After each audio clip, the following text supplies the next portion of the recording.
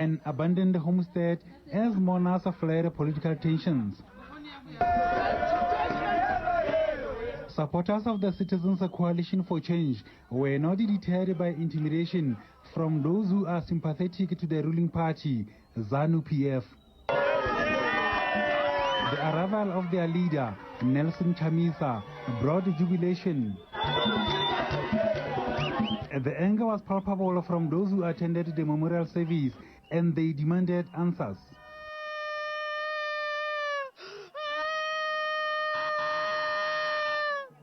This cannot happen. We have got our rights. I am asking from the top, can they fight? We are seeking for justice. All we want is we are fighting for justice. This incident just happened and we don't know. We are threatened. We are not even sure for our safety. And we don't even know what's going to happen tomorrow. Who is going to be the next victim of the next thing tomorrow? Please, can you assist us? Can you keep us safe? Ali's family has vowed not to bury their loved one until justice prevails. We want justice and we want peace. As a family, must be brought to justice. Nelson Chamisa has also called for a proper investigation. This is doubt which is politically motivated. This is a very bad indication of the elections in 2023. It tells you that the darks of violence, the darkness of violence and the dark clouds are gathering. But we know that violence does not build a nation. Yes. Violence cannot save a generation. Yes. We have a duty to promote peace as they promote darkness and violence. Yes. We have a duty to make sure we resist the temptation to drive this country into anarchy, because that is what they want. Thank you. Yesterday, Zanu PF dismissed allegations that the party is involved in the killing and abductions of human rights activists and opposition party supporters. SABC News. A Citizens Coalition for Change reporting heavy police deployment in Nyatsime today around Moreblessing Ali's residence, characterising it as never witnessed before in the country. They say a large Zanu PF crowd at Moreblessing Ali's homestead hijacked the funeral and blocked CCC supporters from entering the premises. Reports say a local Zanu PF councillor, Masimba Masimba, publicly announced that the funeral would not go ahead if CCC officials attended.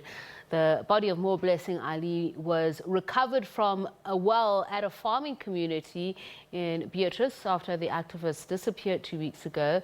We're joined now by Vongai Chikwanda of Amnesty International to talk about these latest events. A very good evening to you, Vongai, and thank you so much for speaking to us. Perhaps just to get the language right and correct, because some have spoken about the events over the past couple of hours interchangeably between that of a memorial service and a funeral. And as we heard from that report there, the family saying that the funeral is not going to go ahead until things quieten down. What do you know? What have you learned?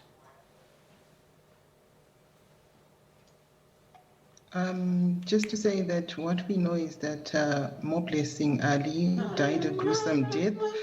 And that she disappeared on the 24th of May, and her body was found on Saturday. I think that was the 6th, it should have been the 12th of June.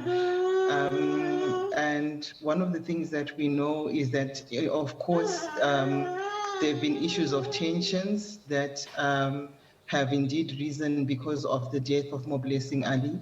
Our call as Amnesty is that, authorities must leave no stone unturned in the investigation of this case. And it must ensure that perpetrators are brought to book or held accountable. Vongai, just for the benefit of our viewers, I mean, let's just acknowledge it. You're a working African mother. You've got your child on your back, so people can just know that's what's happening, and I'm sure we can all just get along with life, because this is it. This is the reality. So you can continue with what you're saying. I mean, your executive director of Amnesty International has said that authority must leave no stone unturned in the investigation of this case to ensure that suspected perpetrators are held accountable. Having said that, what do you make of these events at the memorial service, the funeral wake, as some have called it? You know, the heavy police presence. Some had viewed it as something that was meant to intimidate. In fact, CCC members were saying that they were alleging that Zanu PF members had tried to hijack the funeral wake. Tell us about the political, is it undertones, overtones? How obvious is it, the connection? I think there's been a history of political differences in Zimbabwe for a very long time, and we've seen this over the years. And as we as Amnesty International have not yet conducted our own independent investigation into the kind of threats that the family is receiving.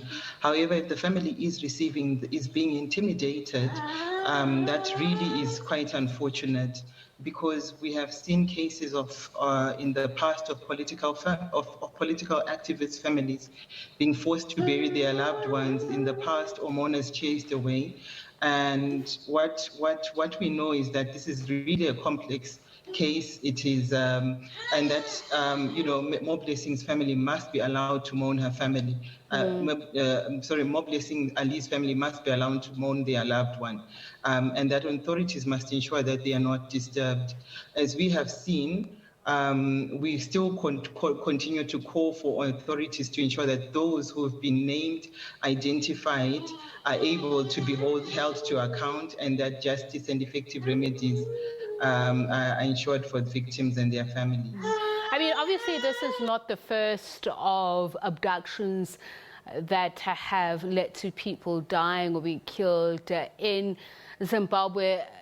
Is there a belief that these abductions are being fueled by what is impunity of the perpetrators? And as you say, in this case, investigations are ongoing. There is no conclusive evidence yet of what happened, but your thoughts on the perpetrators and impunity?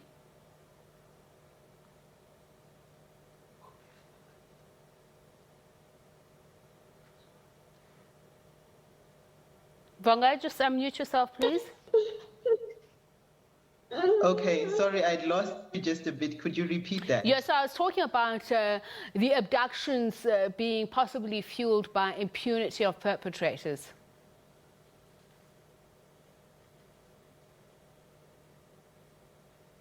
So over the past number of years, I think, as I have mentioned, we've seen that perpetrators, sorry.